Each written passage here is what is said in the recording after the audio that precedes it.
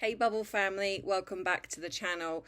So I have tried various different ways to work out because obviously I feel like I've cracked it when it comes to the camera. Um and I'm so I feel bad that every time I'm waffling now it is to do with this flipping camera.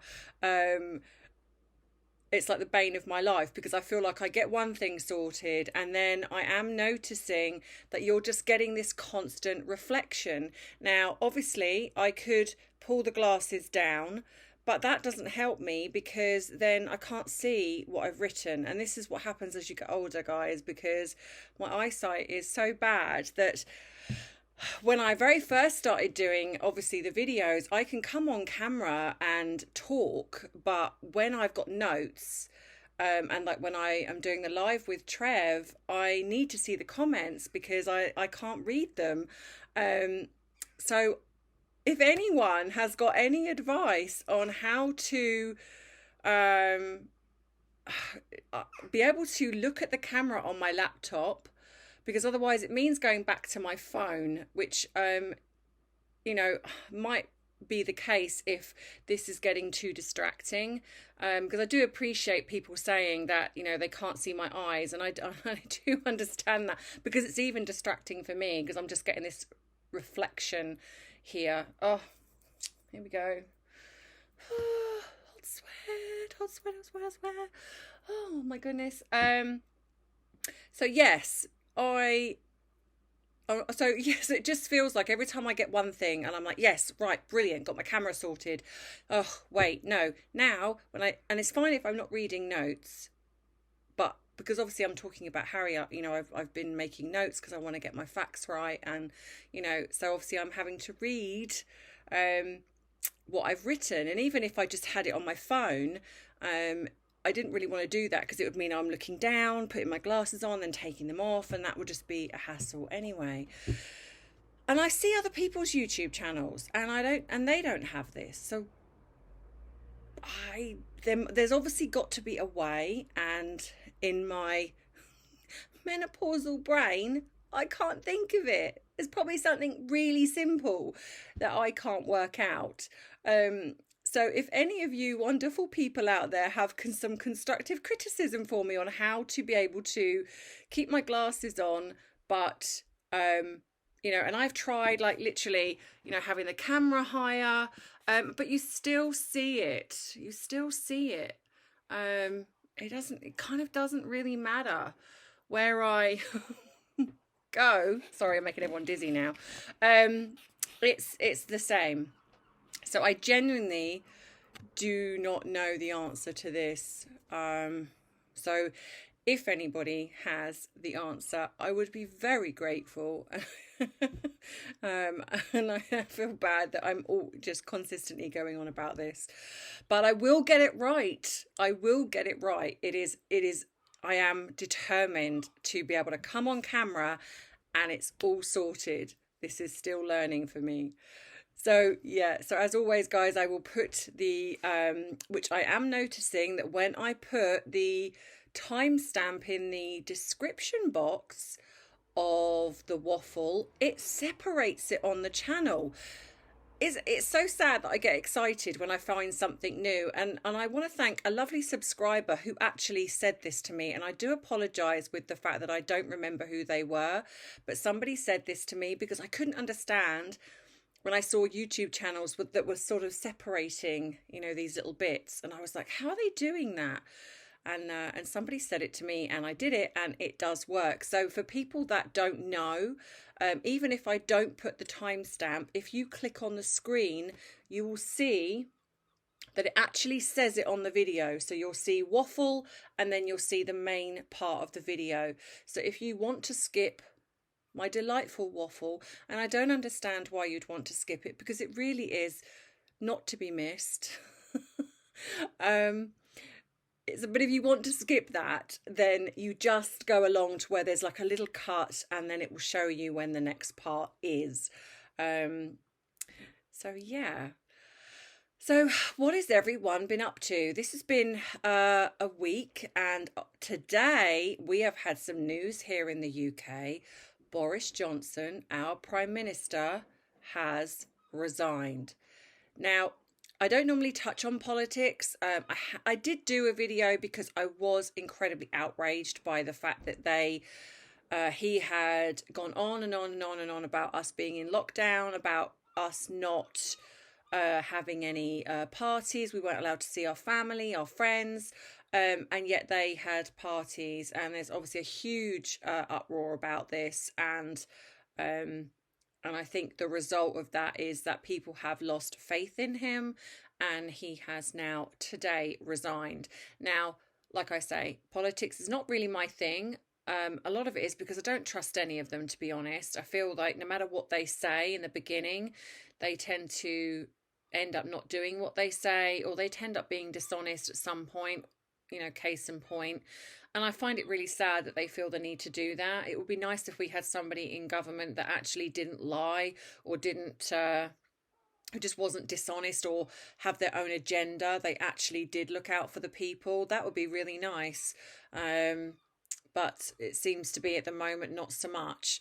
So yes, so he's resigned, but apparently he's staying in for 3 months while they're transitioning a new person in, or I don't know. I don't know the ins and outs of it all. It just all seems a bit odd to me. But after what he did, I do not blame the public for being outraged by what he did. A lot of people lost family around this time, and they weren't allowed to go and see them. And I just think it was very, very poor that he did this. So, yeah. So that's the kind of news that we've had in the UK at the moment. So we'll see what happens. I don't know. So in today's video, this is going to be the last one that I do on Prince Harry. And I've had some amazing feedback from you all. So I'm really pleased that these videos have actually been quite successful. I feel going forward, this might be a good way forward for me, because I feel like I'm somebody that I do like to go into depth on videos, and I know that some people like the shorter videos, but I feel as if they're just not me, because I like to give detail, I like to give facts, and when you're kind of doing this rushed kind of video, you don't get to do all of that. And obviously I do know that, like I say, some of you prefer the shorter videos, but all I would suggest with that is, go in, watch 5-10 minutes, and then come back to it. Save it for later and come back to it if it's not always possible. Or like what some people do, stick some headphones in and listen to me like a podcast. You don't have to look at my face. So there's options for you to do that. Some people have asked me about subtitles. I thought it was quite simple to do subtitles on a YouTube channel, but it seems that and unless I'm completely wrong, but it seems that I tried to do that, and it's almost asking me to type them in, and I don't really understand that. So can somebody please tell me if the subtitles are coming up on my videos, if there is a CC option? If there's not, I will look into this, because I know that some of you who are hard of hearing have asked for subtitles. So I will look at that if they're not there, and find a way if I can do that easily. If not, then sadly I do apologise. And yeah, so next week's videos, I'm umming and ahhing, and I suppose I'm going to ask you, I might put a poll in the community page. What would you like to see next? Would you like to see the Megxit, their relationship, the children? Would you like me to do another member of the royal family? Would you like me to do a breakdown of Meghan? Or is there a celebrity that you'd like me to do a breakdown of? I feel like I'm going to try and do this, so you have kind of like these weekly videos that I'm going to do, that's really going to kind of elongate it out and break things down for you all. And I will put playlists, so you can go into playlists and find them. And also, within that week, I'm going to try and bring in a therapeutic aspect to that, so you also then can, hopefully, it will help you going forward. So in some aspect of your family. So if there, yeah, so please guys, if there's something that you would like me to talk about, then please let me know in the comments, because like I say, I'm here for you and I want to be able to help you. So yeah. Right. So that being said, if you don't know what to do by now, you should. And for the new people, welcome to this. So grab your drink of choice, whether it be tea, whether it be coffee, whether it be an iced tea even, because in this lovely weather, an iced tea is very cooling. Today I'm actually drinking water. It's actually over there because I forgot to bring it to the table. But yes, you can have that, or you can have a mint tea even, because mint tea is very, very good. A lot of antioxidant properties. Or you can have what were we going to have today? Sex on the beach. Now, ladies and gents, that is not the literal sense of sex on the beach. Although, if that is your choice, it is, feel free to, have do that if that's something you want. But this is a cocktail, and apparently a very popular one. Or is it a Mai Tai? So if that is something you would like, because like I always say, it is 5 o'clock somewhere, grab your drink and let's dive right in.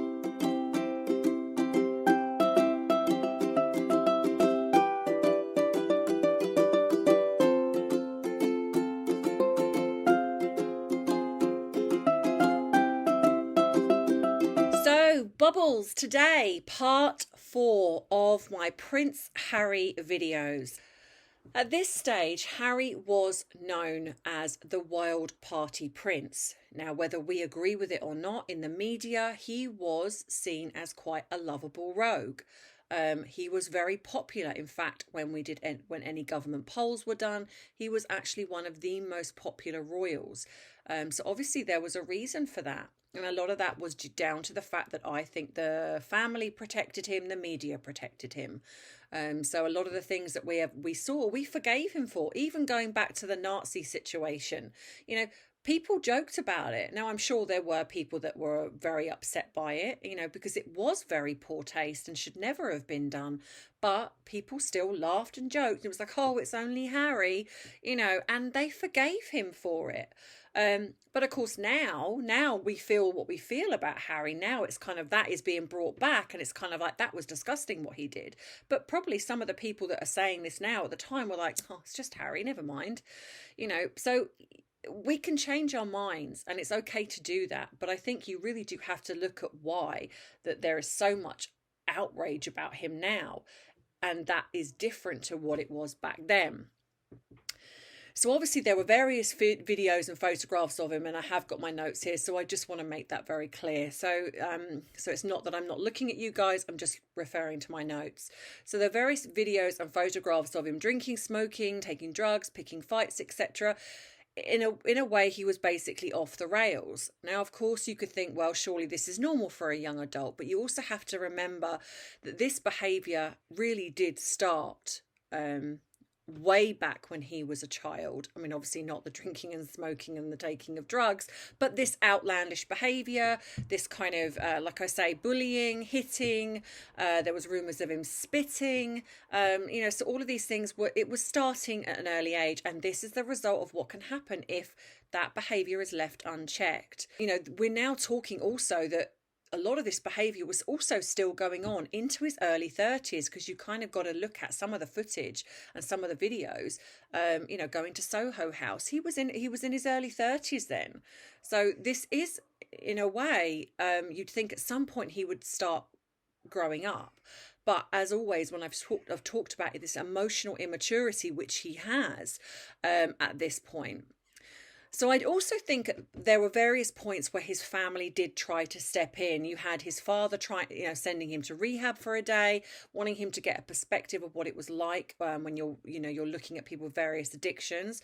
And I think at the time, it did have an impact. All albeit should we say that maybe Harry pretended that it had an impact, but actually it didn't last and he was back to his old ways again. You know, there was also hope when William, Catherine and Harry spearheaded the mental health campaign in 2016, Heads Together. Now, we saw the raw video footage of them talking about mental health, and I think at this point you could really see that there was some raw emotion there. You could really see that, and you could see the compassion in Catherine, because I think this was her brainchild, you know. And there was serious talk about mental health and trying to eradicate this stigma that it's not okay to ask for help. You know, they wanted this kind of concept of, you know, the more we talk about this, the more we bring this to the forefront, the better it is. And also, you know, talking about your issues in regards to suffering trauma and that it's truly okay to reach out and ask for help. They worked with various charities, including Mind, which is one of the charities that also does give free therapy. And it's actually a charity that I have worked with before, and it's a very good charity. So they also opened up to and spoke to various celebrities who, interestingly, before actually in 2016, when this come to the forefront, I think they've been working on this for 3 years. So, and at the time, celebrities didn't want to come forward. They did not want to get involved. And it was only when they saw how much William and Catherine and Harry had put into this, and how much they were willing to put forward, like putting their own necks on the line, that actually then celebrities then did start to come forward and actually in the video offering out some of their own testimony of how they had also struggled. So when this was kind of going on, you know, there was real hope that this was the pinnacle point when perhaps Harry was really seriously thinking of changing, thinking of, you know, really looking at his own behaviour and, you know, and working on those things. But of course, I think we're never going to really know that, because it wasn't long after that when a certain someone come onto the scene. But was also interesting as well was that in 2019, when Meghan married Harry, she became a Patreon of Heads Together, which I find even more strange, that when she had her alleged suicidal thoughts, or she felt that she didn't want to be here anymore, that she wasn't aware of the fact that she was a Patreon of this huge mental health charity, Heads Together, that was literally forefront by her husband and her brother and sister-in-law, but yet felt that she couldn't reach out to anybody. I don't know about you, but that seems a little suspect to me. But as I've said, I will be doing videos on their relationship, and I will be talking about all of those things, because this one is just mainly about Harry. So, of course, yes, this was around the time that Harry met Meghan Markle. And of course, as you remember this, you know, this was in 2016, and he met her in Soho House. Now, if you're going to listen to kind of the way they portray it as they were set up on a blind date. It was all very surprise. Now, I have my own thoughts and theories on this. And again, I will talk about that more in another video. But this one, let's go with kind of the way that they are depicting it. So you have Harry, who at this point is, in my eyes, still looking and searching. I think that he, like I've spoken about in the other 3 videos, I think he wanted something for himself. He wanted somewhere to belong. I think he felt kind of out of sorts with the royal family, because William was the main focus. And then you have the fact that William then meets Catherine. So William has kind of got this amazing kind of relationship, and it's very homely, it's very safe. You know, William's got this amazing family, and Catherine's family, you know, so you've still got Harry who's floundering around. You know, he goes into the army, and even though there are reports from even in Eton that he wasn't very well liked, and sadly reports coming out that he wasn't well liked in the army either. So I think Harry, even though in his mind he felt there was this brotherhood and they were these great bunch of guys, I think this is in Harry's mind, Harry's world. This is what he wants, but actually other people are seeing this very, very differently. So he's still looking for this something. I think he is still looking for probably what he had with Chelsea Davy, because like I said before, I do think she was the love of his life. if you go by the body language and the way they were together. So I think then he sees William and Catherine, and I think he kind of wants that same thing. Now, a few people have said they believe he had a crush on Catherine. I genuinely don't believe that.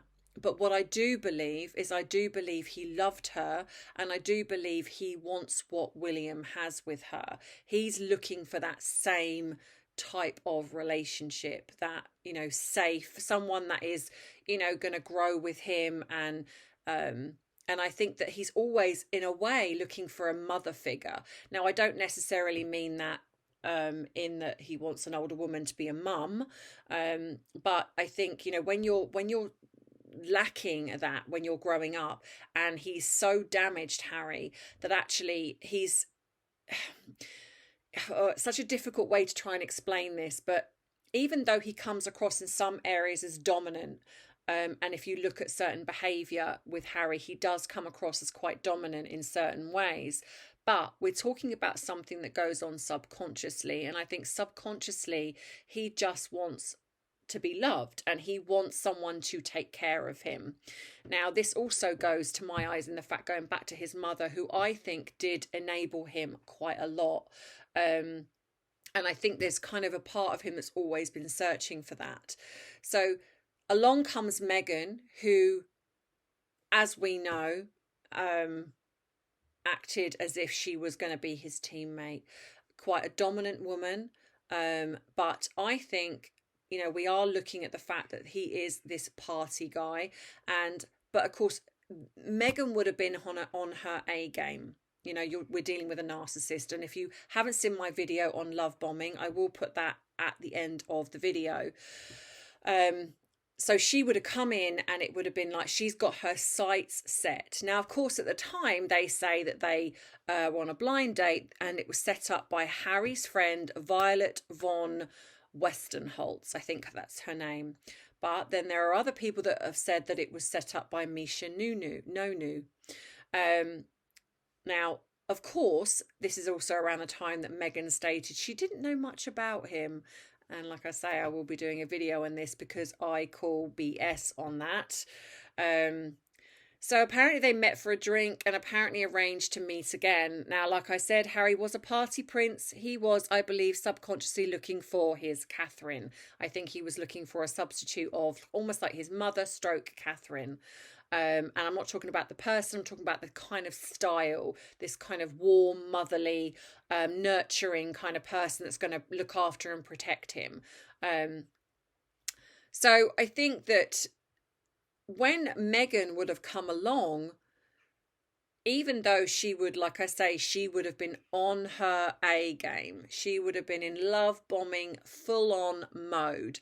And this is why, obviously, there are the things that have come out saying that she wore his perfume. She kind of, was very sexual. So this would have been attractive to Harry. But if you look at the people that he's dated, when he settles down, when he has a serious relationship, they are very much with two women like Cressida Bonus and Chelsea Davy. They're very homely girl next door type of girls, and Meghan Markle is not that. Any other kind of time he's dated, they've not lasted. So I think, yes, he would have been kind of bowled over by her. He would have found her very sexy, very attractive. And I know that some of you are going to be like, ooh, but this is how he would have seen her. So they would have partied hard, drink and drugs. And this also then explains why that he invited her to Botswana, because, you know, to him, she was mirroring him at this point. You know, which is another classic narcissist move. She would have been wanting everything he wants, liking everything he likes. She would have been doing the drugs with him, the partying with him, the drinking and all of those things. And she would have been in the same sort of circles that he was mixing in. So in his eyes, in that moment, she would have been like the perfect girl for him. But the problem with that is it's not sustainable. And I think Harry is also someone, unless you grab him in a way that something that obviously Chelsea Davy did and Cressida did, to sustain that relationship, he gets bored very easily. He's also that type of personality that he gets bored very easily. So this would have been happening. And I think this is also what started to happen with those two. But like I say, I will go into more detail. So you've also got the fact that Harry's keeping this very quiet. He's not public about this relationship. And of course, then it does become public. So of course, then the next thing is she's meeting his family. So if you, like I said, and I'm going to go into that in far more detail, but if you look at Harry in comparison to then to now, you see this prior to Meghan, you see, albeit that yes, he's off the rails, but you see a prince who is partying, like I say, going to see celebrities, staying in the glamorous hotels, going on holidays, going to Africa, going to wherever he wants to go, he's going. He has the freedom to do that because he is not in line to the next, to be king. He, well, not until like far down the line. So he's got the freedom to do all of those things. This thing of like, I'm trapped. I actually think that he's more trapped in this relationship with Meghan than he ever was being part of the royal family. Now, I'm not saying that he didn't want some things his own way. He didn't want to carve out something for himself. But I think he enjoyed what the royal family gave him. So if you look now in comparison to the way he was, there's lots of videos and footage of him, laughing and joking with his brother, laughing and joking with Catherine, laughing and joking and partying with his friends. And, and then you look at now. The Harry that is now, complaining, moaning, looks miserable, looks serious. There's either footage of him on his own or when they orchestrate something between the two of them. When you see him laughing and joking, and I think that's why he's gone back to playing polo, because I think that's, again, it's a connection to what he had in the royal family. So you have the fact that he was also very close to William and Catherine, and you can see he was also very close to his grandparents and father. So what I think is that what has created him to be trapped is this relationship with Meghan, not his family. When you're constantly going on about how great your relationship is with somebody, you can usually guess that it's the opposite. It's that saying, one doth protest too much. So like I say, when you clatch,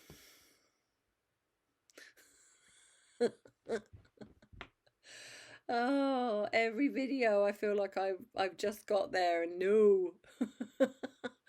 So you catch him now seeing the way he is, and he just looks so unhappy.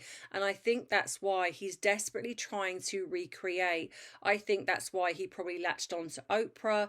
I think he's possibly looking again for something like that the guy that was supposed to be this replacement for him as a father, where's he now? It's like he's constantly looking for this replacement family that he had, because I think he realizes that he's gone too far, and he cannot come back. The fact that he's gone from being one of the most beloved and popular members of the royal family to now as low as Andrew. I think he's just above Andrew and Meghan, who are now the most unpopular royals. This will, and I guarantee you, this will be hurting him. Now, yes, he has only got himself to blame, because this is now where he is now making conscious decisions, because I believe with the way that Harry's behaving, and I've talked about this before, that he has histrionic personality disorder. I do believe this. And people have said, but he looks narcissistic, he's acting narcissistic. Well, histrionic personality disorder is actually kind of derived from narcissistic personality disorder. There can be elements where, you are quite sensitive, but you embellish on a lot of things. So if you look at the way he behaves, he's very childlike, very childish. But there are glimpses and moments when you see a side to him, because there is something there. Now, I'm not saying that it's there all the time, because I don't believe it is, but there is something there. So I think that with Harry, unfortunately now, the only way, and people have asked me, what will it take? And do I think that he will always have support of his family? Um, I think it will take a lot of work, but I think all the time he is with Meghan, or he pretends to be with Meghan, should I say, and she's still on the scene, then no. I think the only way things will get any better is when they divorce. And I think one or two things will happen. Um, they will allow him to come back, and they will work on building those bridges. I don't think he will come back as a working royal initially, or he will go off somewhere to do some humanitarian work, and he'll kind of disappear and go off the radar for a while to let things settle. Um, I think if Harry had stayed in the UK, then I don't believe the relationship with Meghan would have lasted, because I think the whole point of this was that she needed to get him out of the UK, and I think she orchestrated a lot of things for that to happen. Now, I know a lot of you will say this is all his own doing, and yes, a lot of this is. I'm not saying it's not.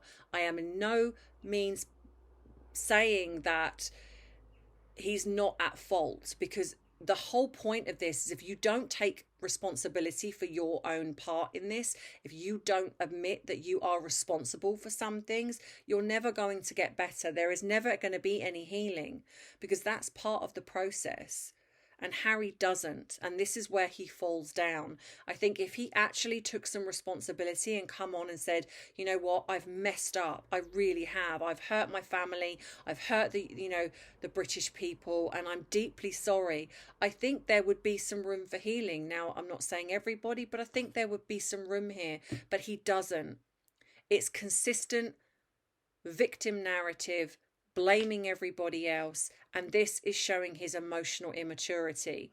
Now, the fact that he's an alleged father is also showing that there's some issues here, because he's not acting as if he's a father, because at some point usually this creates a change, and to me it's not.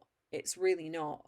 I think at this point, I think Harry possibly believes that he's got to stay in the States, and he possibly believes that, the two of them might as well just hash it out until they don't. Like I've said, I don't believe they're together.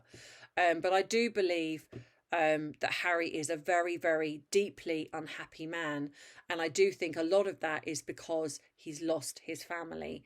And there are certain things he can't take back, like the death of his grandfather and the Oprah interview. You can't take that back. There's nothing you can do. So I think the fact that Harry is consistently being a victim, consistently using his mother's death as a reason to blame everybody else, and his reason for why he is the way he is also part of the problem. His emotional maturity, in my opinion, stunted at around 18 to 21 years of age due to the alcohol and drug abuse. And if he surrounds himself with people who feed his ego rather than tell him exactly how it is, then things will continue the way they are. So again, let me know what you think in the comments, guys. Now, like I've said, I do think that Harry has to take responsibility here, and this is where I think Harry is falling down, because he's not doing that. So what do you think? And like I say, if you have someone in your family that is behaving in the same way that Harry is, and Meghan is, a lot of people have said to me, but should I walk away? You have every right to. Harry's family have every right to walk away and say, I want nothing to do with you. You have betrayed me so much. Just because someone is blood does not mean that you have to put up with behaviour. So if you are consistently being hurt, consistently being damaged by somebody, you can say enough's enough, because it's not your place to keep fixing them. If he cannot see that he needs to sort himself out, if he cannot see that his wife is consistently damaging his family and hurting his family, which in turn would also be hurting his children if he has them, then, you have a right to say, I don't want you in my life anymore, So you would then work on whether or not how you feel about that, because I know a lot of people feel possibly guilty for walking away. Well, you shouldn't, because it's not your responsibility. That he is an adult, they've done all they can. As parents, you know, you would look at what you've done and possibly look at that, like Charles would need to look at that, but still, he's not responsible for what Harry does as an adult. You know, if he's enabling him still by paying for him and all of those things, absolutely, you are responsible. You know, you need to, at some point, your child needs to stand on their own 2 feet and needs to be responsible for themselves. And so that is also where I think he's potentially going wrong as well, if that's still happening. So I know this has been a bit longer video, guys, but guys.